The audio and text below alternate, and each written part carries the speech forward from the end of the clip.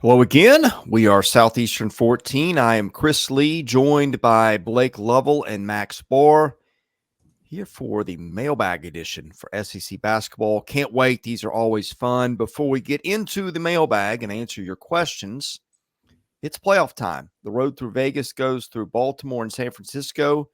BetOnline is your number one source for playoff football odds, stats, trends, and lines, with everything from point spreads to hundreds of player performance props. Head to BetOnline today to get updated on all the action. BetOnline, the game starts here. They sponsor this video, and we do very much appreciate that. We also appreciate your questions. Blake Lovell is going to play moderator here and throw these on the screen. I don't think Max and I have seen any of these. I might have glanced at one or two incidentally last night. But anyway, part of the fun is we're kind of doing these blind for the most part. So with that, Blake, let's have the first question, please. I feel like I'm on a game show here or something. Oh, yeah. Jeez. And let's not kid ourselves. Chris has seen all these questions and was probably doing hours worth of research on his answers. Let's not kid ourselves. All right. Question number 1 from George here. Ooh. Is Dalton Knecht a lottery lock? Well, winning the lottery is a tough thing to do. I'm sure the chances are 1 in, I don't know what the number is, but it's not easy to win the lottery. But he's talking about NBA draft lottery, isn't he? Yep. Well, that he is a lock-in. I can say without hesitation, he's a lock to win that lottery because I think he's an easy top 10 pick in my opinion. Yeah, anytime Jimmy Dykes calls a Tennessee game, there's got to be an over-under set at like 10.5 of the amount of times Jimmy Dykes says Dalton Knecht is the most NBA-ready two guard that in college basketball, because I think he says it a million times in broadcast. But yeah, I would say yeah. He's NBA ready. You see the offense that he runs. I would say yeah. I'm not an NBA guy, but it passes the look test to me. He's huge. He's built like a linebacker, so you can't kind of knock him off his spot. He can get his own shot. He can hit shots with guys in his face. You're going to have to do that in the NBA. He looks like he can do it, and so seems like it to me. Lock. All right. SEC Hoops World wants to know who would be your SEC Player of the Year right now, Sears, Knecht, or Reeves. Now, Reeves being added to this, Max knows why, because boy, was there some Twitter debate over Antonio Reeves not being on the Ken Palm All SEC team to this point. And Kentucky fans, I know, were not happy about that. It was, I think, pretty sure it was Broome, Knecht, Sears, Taylor, and Adu.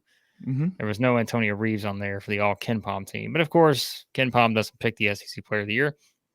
And so Antonio Reeves had a great season without question. But I just don't think that he's going to get the votes that one of the other two are going to get. And I also feel like we've got to, like, Janai Broome has got to be in this conversation. That's what I was going to say. Like, he is definitely in this conversation. So I don't want to discount him either. But I mean, again, it's who do we think is going to win versus who would our pick be? Those are different things, maybe. But I mean, it's so hard to pick against Dalton Knecht because I just don't think there's another player like him. Like, you guys know I'm a huge Mark Sears guy. We know Chris isn't, but I am. And it's just, but I just think I think right now you would still probably have to pick Dalton Knecht over him, even though when you look at the numbers, like, Sears has been fantastic. So it's tough. It's tough probably between those two.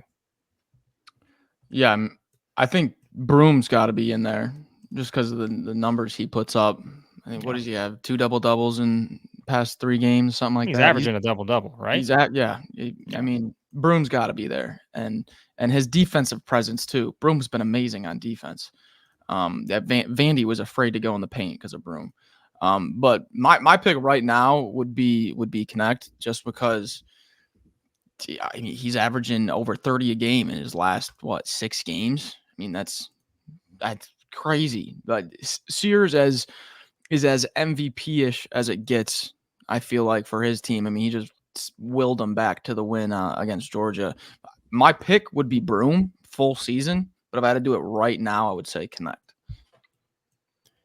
Per minute he's on the floor, the stats say Janai Broome is the best player in the league. Now, he plays fewer minutes than the other two because I think, to me, the conversation is Broom, Sears, and Knecht. And I don't really have a great feel on which one should be. I could make you excellent arguments for all three of them. Yeah. Win shares per 40 minutes. Janai Broom, 0.288. He's number one. Mark Sears, second at 0.248. Dalton Knecht, not even in there. Win shares overall. Mark Sears, 4.0. And this is from College Sports Reference. Janai Broom, 3.6. Dalton Knecht, 3.4. Now, look, I don't know the ins and outs of the math on all that, but that stuff usually tracks kind of with what I'm feeling. Man, I don't know. I would have to take a little deeper dive into the numbers than just doing it off the cuff. And part of Broom's not playing, guys, is they got Jalen Williams and Dylan Cardwell. In other words, I think Broom would be out there a little bit more if they didn't have dudes who could spell him. If he's playing on, any other team in the league, I think his minutes probably go up. I'm going to go Broom, but it could be Sears, it could be Knecht, and I think we'd have a photo finish if we did it right now. Yeah. I would be fine with any of the three. So, I know it's not what you want to hear. I'm also not playing hypotheticals with the win shares and all this other thing. I don't care where Dalton Knecht is on the win shares. I've set him off, all right? Max. I've done it. This guy is tremendous basketball player. Win shares. Get out of here. Get out of here with that nonsense. All right, let's go to the next question. Hopefully it's not about win shares. Well, it is. With the current standings, if you had to place a bet, Brett is asking here. Big baller Brett, by the way. Noted Alabama fan. If you had to place a bet, who wins the SEC regular season? Great question. Right now, betting men, who wins it? I've got my answer, but I'm going to let you guys go first. Man, I actually we put on our Twitter this morning the odds, the current odds for winning the SEC. Do you want me to run down the top few? Do that. Yeah. All right. So the current odds right now, as of the morning of February 2nd, from our partners at Bet Online, Alabama first at +150, then Auburn at +175, then Tennessee +250. Drops a lot. Kentucky +900, South Carolina 16-1, Florida 50-1. It kind of drops off a cliff. But the top four, according to Bet Online, Alabama, Auburn, Tennessee, Kentucky. So that's what Vegas is saying. Now, this one might be harder than the last question. It's a tough one. I don't know. Ken Palm has got Alabama first, but I look, Alabama's got road trips to Auburn, to Kentucky, to Florida. Also got Florida and Tennessee at home, so that's not going to be easy. Auburn, we went through in another video, the meat grinder portion of that schedule is ahead. Auburn still hasn't gotten a quad one win. Auburn's got to go to Ole Miss, to Florida, to Georgia, which won't be easy, to Tennessee. Also has Kentucky at home and Alabama at home. Man. Tennessee's going to Kentucky. Tennessee's schedule gets, well, I don't know. I mean, they got to go to Alabama. They got to go to South Carolina. I mean, I keep looking for an easy way out here, and I'm not finding it. Can we make Blake go first on this one? I'm not gonna lie to you guys. You're forgetting somebody when you look at the schedule. Kentucky? No. South Carolina? Yes. Like, I know it sounds crazy. I'm not gonna pick them as my bet. I like that. I do not see how we do not keep South Carolina in the conversation here, because if you look at their schedule, if they win at Georgia on Saturday, they play Ole Miss at home next Tuesday. They play Vanderbilt at home the following Saturday. Decent chance they could be 9-2, right? Then they got to go to Auburn. Going to be difficult. Come back home against LSU, at Ole Miss, at Texas A&M, both winnable. My guess is they don't win both. Home against Florida, home against Tennessee, at Mississippi State. That's not a bad schedule to keep them at 5 losses or fewer, which I think is going to be the number of the team that wins the SEC. So they're not going to be my pick, but I'm just telling you, They really need to win this game against Georgia on Saturday. If they don't, then it's like, a little less room for error there. But don't keep them out of the conversation just yet. I know we're only midway through. We've seen teams do this before, but their schedule's not bad. So keep that. My pick is Alabama, would be the team I would pick. Because you mentioned their schedule, it is tough. Like they've got the road games, it's going to be difficult. But I'm still going to lean on what I've leaned on before. They're going to still find ways to outscore people. And Kentucky, road game, tough, but it's winnable. Ole Miss, road game, tough, winnable for a team like Alabama. Florida, because, I mean, think about it. We've talked about the ups and downs of Kentucky, Florida, even Auburn to a certain extent, although that's going to be a tough game to win, right? So it's not like any of these games, they do look tough on paper, but for a team like Alabama, they're all winnable with the way they play offense. So right now, I would pick Alabama as the team that I would pick to win the SEC. I'm not just saying that because that was my bold prediction back in December or whatever, but I think Tennessee would probably be second for me. Yeah, I think you have to go Alabama just because of how rock solid they've been at home and then how they've been able to fight through on the road. And if you look at Alabama's schedule down late, like late February, early March, they get Tennessee at home. They do have to go to Kentucky, but they get Tennessee at home and Arkansas at home. In March, the last 3 games of March, Tennessee at home, at Florida, home against Arkansas. Some other teams have like brutal schedules down the stretch in March. I don't see Florida losing all of at Mississippi, at Florida, at Kentucky, at LSU. I think they're going to win most of those. I would say Alabama right now. I don't know. Can I change my pick? I'm looking at Auburn's schedule here. I think Auburn's got the best schedule of anybody left. Home games against Alabama, South Carolina, Kentucky, Mississippi State. So 4 of their toughest opponents left are all at home. Road games at Ole Miss, at Florida, at Georgia, at Tennessee, at Missouri. I mean, they could only beat Missouri, though.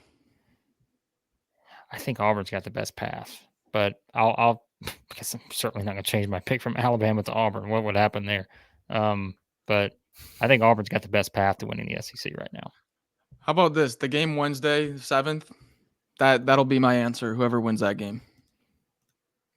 Alabama. I'll give you my answer after Saturday if Auburn wins at Ole Miss.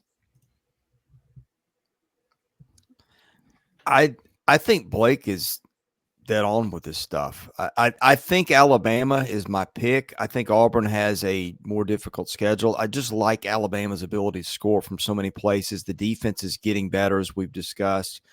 Auburn needs to start being able to hit some threes with consistency before I can feel a little better about it. I will take Alabama with the degree of certainty of, on a scale of 1 to 10, is about a 2.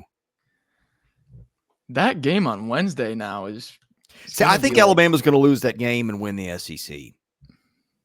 Okay. Well, think about how important the Tennessee-Kentucky game is, though, too, because if Kentucky beats Tennessee, then on both of them teams, both have 3 losses. If Alabama beats Mississippi State, Alabama's clear, basically 2 games, right? Ooh. Well, even though they lost to Tennessee, but they'd be 8-1. Tennessee and Kentucky would both be with 3 losses at that point. So then you're playing the chasing game. So then it kind of comes down to, like we said, and what happens if Auburn loses at Ole Miss? What happens if South Carolina loses at Georgia? Oh, gosh. Alabama's sitting there with a 2-game lead over everybody.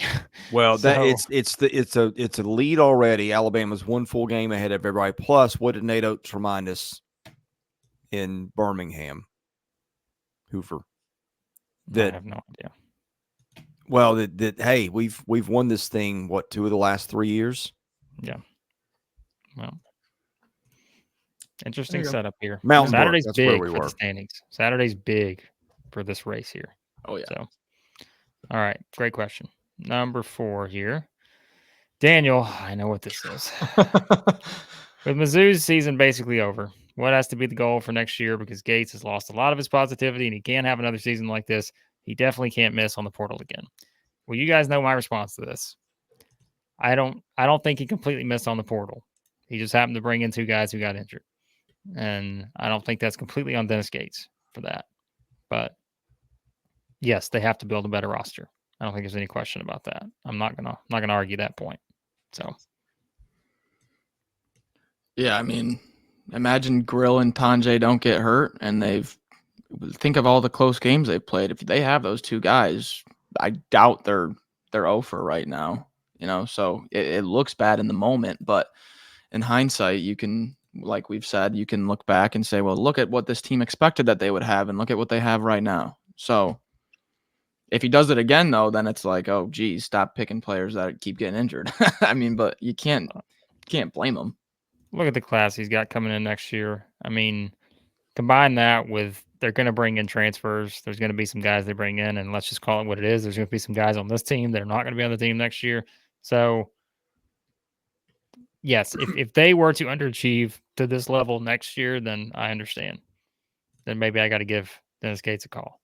But for now, just they were one of the luckiest teams in college basketball last year, like statistically. This year, they've probably been one of the unluckiest. And, factor in injuries and all that. It's just a tale of two seasons. But I don't think that's just on Gates being a bad coach. He didn't forget the things they did. Yeah. It's like he didn't forget the things they did last year to make them successful.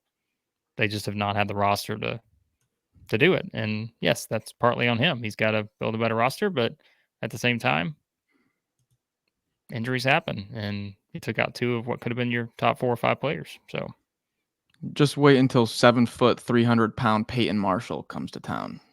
See how that changes things. That roster next year is going to be potentially fun. Oh, yeah. Blake, when Dennis Gates took the Cleveland State job, he had how many players? It wasn't many. I don't think he had any whenever I talked to him. 0. A weekend. Well, he had 1 or 2, but he's had to convince him to stay. I mean, Dennis Felton had run that program through the ground. He won, 11 games his first year? This from memory. Won coach of the league in that year the next year. I can't remember if they got to the NCAA tournament or not. Missouri, disaster. No, they didn't make it. They did. Okay, either way. Gets to Missouri. It had been a disaster for a minute. He turned that into an NCAA tournament team. Max, you mentioned the recruiting club. Look, this guy's got a history of doing it. It just didn't go their way this year. He looks a little bit like a lost puppy on the sidelines right now, probably not knowing what he can do. He's got about 2 guys that he can ride offensively. He's got Aiden Shaw underneath. I mean, he's got some other players, Nick Honor, but it's just not going their way. They'll be fine. It just won't be this year. Yeah. Yeah, you better say that. All right, on to the next question. Jeremiah, this kind of goes back to what we were talking about a minute ago. Why is Mark Sears being disrespected at the national level? He's clear front runner for SEC Player of the Year, which, by the way, Jeremiah did follow up and add in. I also know that Dalton Knecht's in there. And I said, well, come on, Jeremiah, it's Twitter. No one's going to call you out on that. And arguably has been the best guard in the country. So, I mean, I don't know what you guys think about. I mean, he shouldn't be disrespected if he is, but I don't follow the disrespect on the national level the way I do the local disrespect. So if anybody's disrespecting him locally, then that's on them. That was good, Blake. I think what Alabama fans are so upset about, and rightfully so, is Sears wasn't named to the Cousy list or the West list. He wasn't named to either. Interesting. He wasn't named a top 10 point guard or a top 10 shooting guard, whatever they nationally want to categorize him as. He wasn't ranked in the top 10 of either. There were names like, and I'm not trying to bash anyone. These are all great basketball players, but compared to what Mark Sears' numbers look like, I mean, guys like LJ Cryer were picked, Quinn Early, different not role players, but just guys that aren't putting up 20 a game like Sears is, were selected ahead of him. So that's where I think the national disrespect is coming from. And I think Sears let him know his thoughts on that in that second half against Georgia. So he knows that the disrespect's on him. He knows, and he's playing like it. He's playing with a chip on his shoulder. Let me tell folks out there how the media world works. We really aren't any smarter than most of you guys out there by nature. We just happen to. This is our job. We take it seriously, and that's the case for most of the media. when you listen to most of the national stuff, I mean, I listen to shows to keep a good idea of what's going on everywhere else. But I mean, they're talking about 6, 7, 8 games different nights when you listen to the national podcast. Some of them be playing at the same time. They're different leagues. You can't do a drive-by nationally on everybody and get it right on. And that's why we founded the channel. We're like, hey, we're not going to cover everybody. We're just kind of really try to hone in on the SEC and just look at that. I'm not out there watching the Big Ten when the SEC is playing or whatever. But that's the national world that people live in. And oh, by the way, that's just the college basketball people. The national media are starting to do basketball as a drive-by habit this time of the year. You know, it'll probably become more of a point of focus after the Super Bowl's over. So take all that I said and make it just a little slice of what they do, along with the NBA, the NFL, and whatever else they're covering. So here's the problem. The problem's Dalton Knecht. And let's go through his scoring games and work backwards. South Carolina 31, Vandy 32, Alabama 25, Florida 39. That's the one that really put him on the radar. That came off 36 against Georgia and 28 against Mississippi State. You don't see a lot of guys in major conferences that start to rack up points like that. That gets people's attention. The scoring numbers get people's attention. They're honed in on that. They're not on the efficiencies and the other things, which Dalton Knecht can also do. But Mark Sears can probably do a little bit more by virtue of being a point guard. That's a lot of words there. But here's my point.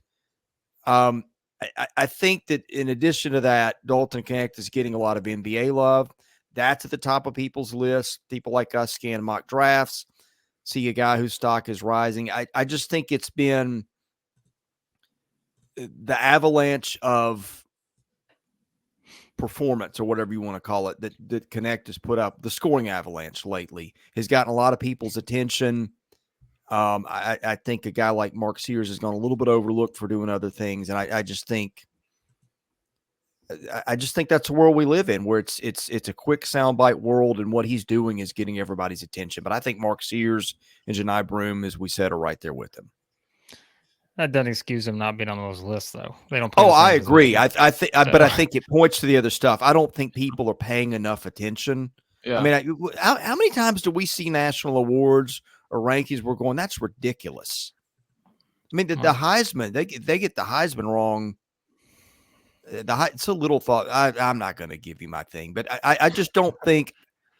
I think people at the national level voting for things are looking for easy answers, and I think there's always some research they're not doing.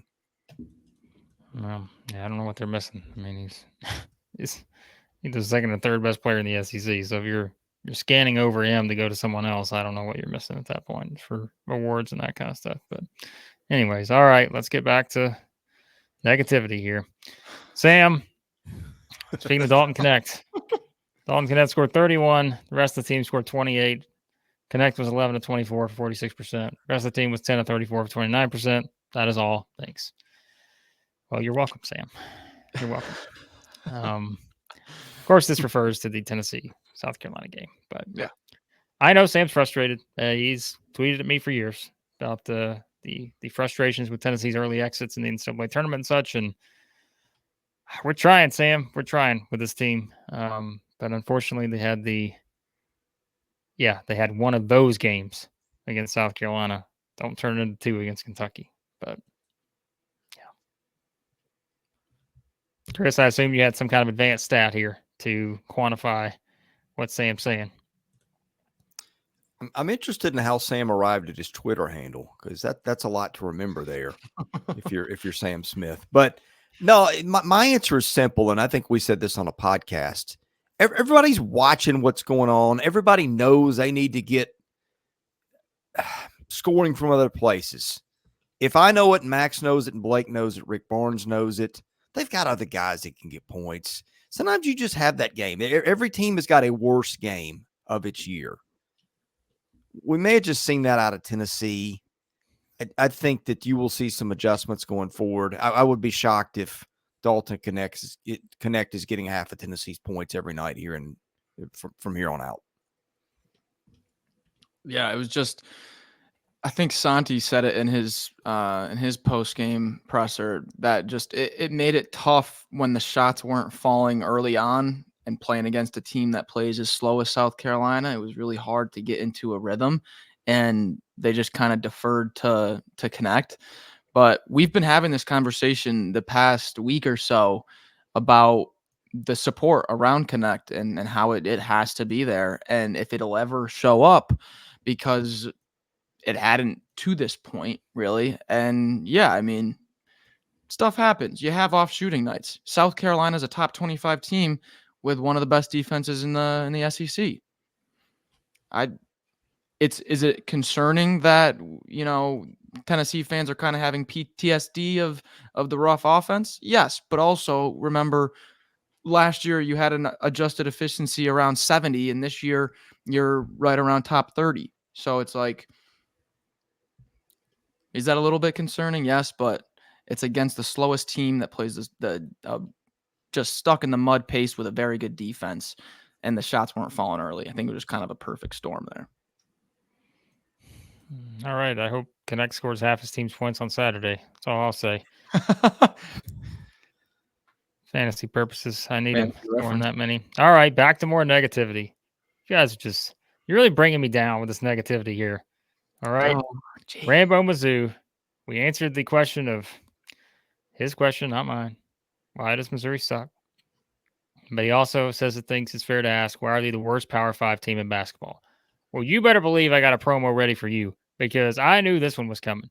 And let me tell you that I don't think they're the worst Power 5 team in college basketball. I know Louisville has a win in ACC play, but I don't think they're very good. There's probably some other teams I'm forgetting, which obviously one of the teams, again, this goes into Saturday's game against Vanderbilt. What's at stake here? There's a lot at stake in this game. But I know, again, I know Missouri fans play this year. Well, they're not Power 5, but but they're, I mean, Power 6. If technicality, here we go. He said Power 5. That was in the question. Oh, for God's sakes! All right, I'm done here. Oh, Missouri, for God's sakes! Forbid we answer the question. They'll be fine. Calm down. All these technicalities around here, unbelievable. One of these days, we're going to take these computers. We're going to do a whole show without the computers, and I want to see what we get from Chris Lee in that show. I think he's a robot, is what I think. I want to see what we get out of him without any of these technicalities. Power 5, 6, advanced metrics. That's what I want, Max. We're going to put this theory to the test. Robot Chris Lee. Maybe that's why he doesn't follow Lamont Paris's directions. He's a robot. He's been wired. He's got to get rewired. We got to go in the back. Yeah, rewire him. But I took Georgia also this week. So. That was so stupid. It does not deserve a response. But I will tell you, Vandy's worse, Louisville's worse. Oregon State, I think, did pull an upset, but is still probably worse. Don't say Vandy. And if you want to go to the Big East, you got Georgetown, you got DePaul. They are not technically Power 5, but if you want to go Power 6, which includes the Big East, those teams might also be worse. All right, next. Jake Garrett asks, how can you buy into Auburn? Every question, guys, what is this, the week of negativity these days? I mean, come on. We're all getting negative here. Let's bring some positivity to the questions. Garrett wants to know, how can you buy into Auburn when all their guards shoot below 40%? Man, we are just taking aim this week at people. We're not, but my goodness. I can buy into Auburn no matter how much their guards percentage shoot because they have 16 wins or 17 wins by double digits. How many other teams in college basketball have that? So I buy into Auburn for that reason. I know they lost 2 road games by a combined 10 points last week, and they may lose another one on Saturday.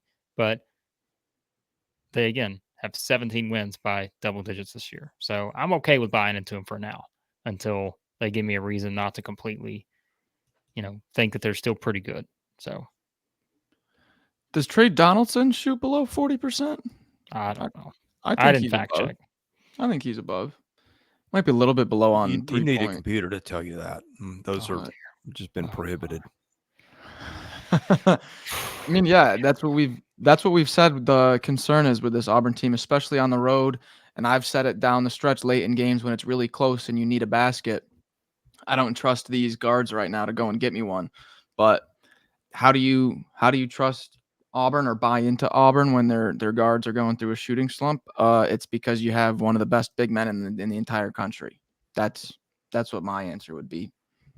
And they have the depth. I mean, they have, you can say it doesn't matter, but it does. Like, that depth's going to matter in some of these games. Yeah. And just because it didn't in the 2 games that they lost on the road by 6 points or fewer doesn't mean it won't matter in bigger games here soon. So I'm still, we all know I'm still fine with where Auburn's at right now. So I think Auburn's a really good team. The thing that is keeping me from jumping in with both feet is the stat in the tweet. I would like them to shoot a little better. Feels like the teams you feel really confident in are teams that have got more guys. Now, look, you can change that around a little bit. I think Aiden Holloway might be shooting a few too many threes. KD Johnson certainly shooting too many, although he's only shot 58. But I just don't think he's a three-point shooter. But you've got guys, Denver Jones is 37%, Donaldson's 39%. Those aren't bad numbers. Baker Mazar, 38%. I think maybe you just rein in the shot selection a little bit and it starts to fix itself. But Bruce Pearl's also a coach that's got kind of a long leash with his guys, so you may not see it happen either. Reminder, the SEC as a whole is shooting 33% from 3. So I don't think 40 necessarily needs to be the threshold to win games in this league. Yeah. So just saying. All right. Next up, I don't remember what this is. Justin, another question back again. Of all the SEC teams in consideration for NCAA tournament bids, which one is the hardest to seed? Oh, I think I have my answer right. Well, it's just off the top of my head. I don't know if it's right or wrong, but I would say Mississippi State because they've lost a lot, but the games that they've won have been great wins. You have wins in conference against Tennessee and Auburn, but you also have losses to Georgia Tech and Southern in the non-con. So it's like, what do you weigh? I have no clue what to do with Mississippi State. I'd go Texas A&M because I looked up the other day and they're an 8 seed, and I'm trying to figure out how. So I don't know. That's a wide range for me with Texas A&M because they've got some good wins that look better these days than they did maybe earlier in the season. But, they've also lost at home to LSU. They've also lost at Arkansas. They've lost another home game to Ole Miss, who is a tournament team. But, so I don't know. Texas A&M is going to be a weird one, I think, if they're still – I think they will be in the conversation. But I just think their seeding is going to be kind of all over the place because even the Memphis game at the time, we're like, that's not a bad loss. Well, Memphis is heading backwards now. They've lost 4 in a row. So I think A&M's kind of playing the banking on everybody else and what they do game at this point because they're just not doing enough on their own to secure a certain seed range. So, Chris, what do you think?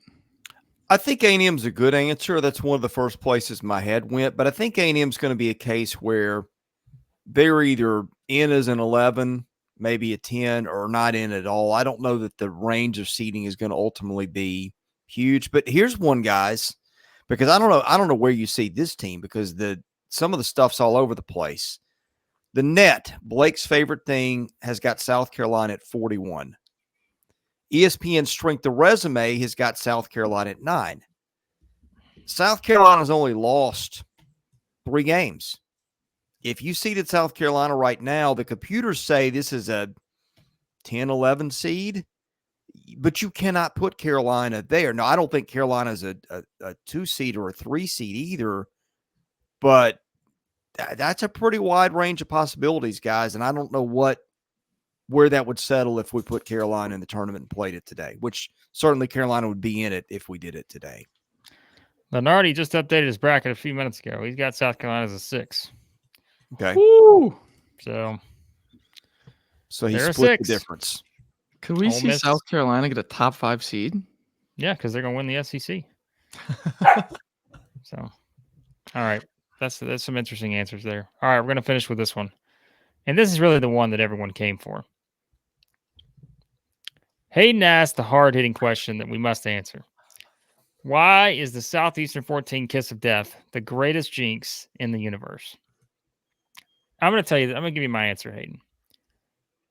There are scientists out there that will be studying this question for centuries to come, knowing the impact that our predictions have on these basketball games. And it will puzzle them for centuries because there is no real, data to support why it is this way, why this jinx is a thing.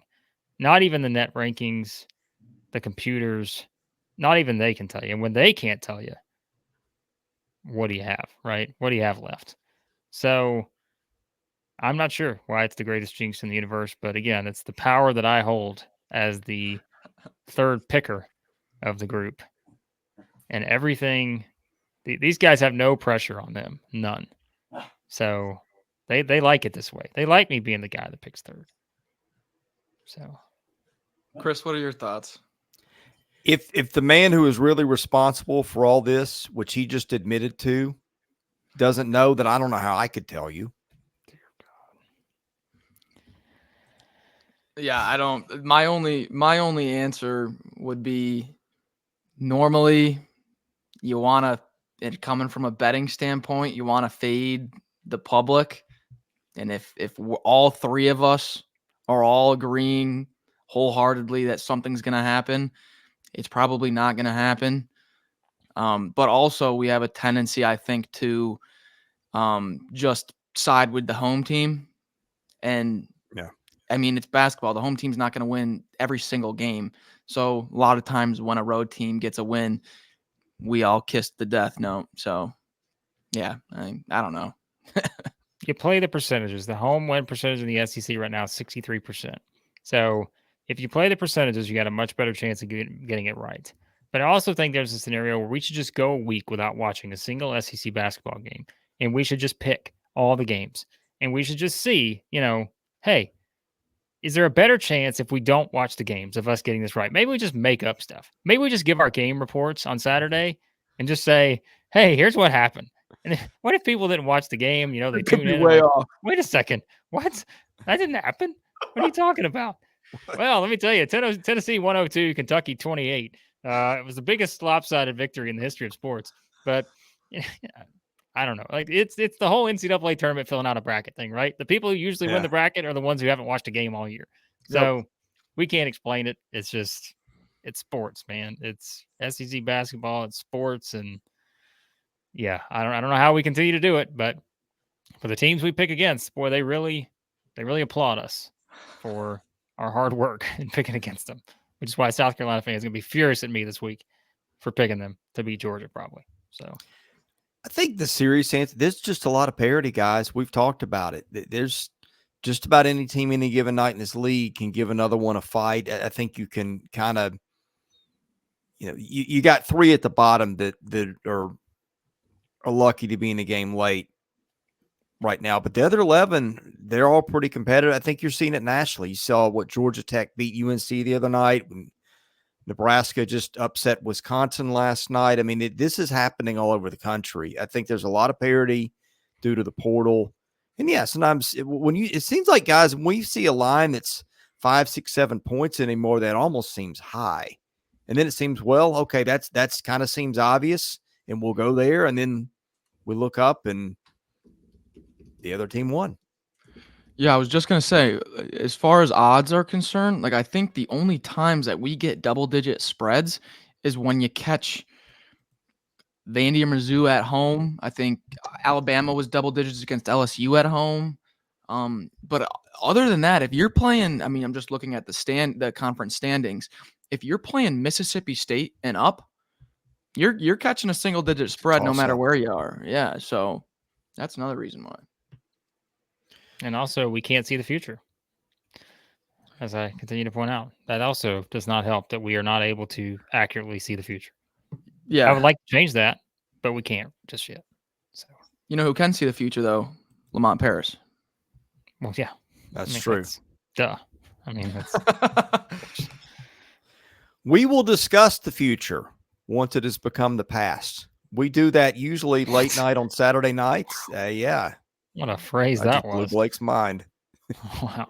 In other words, Saturday night we'll probably have a recap of SEC basketball. If not Sunday morning, we preview all the games. We also recap the Tuesday and Wednesday games generally the next morning. To get that, hit the subscribe button, hit the like button. That helps our analytics. For Blake Lovell and Max Barr, I'm Chris Lee. This is Southeastern 14 presented by Bet Online.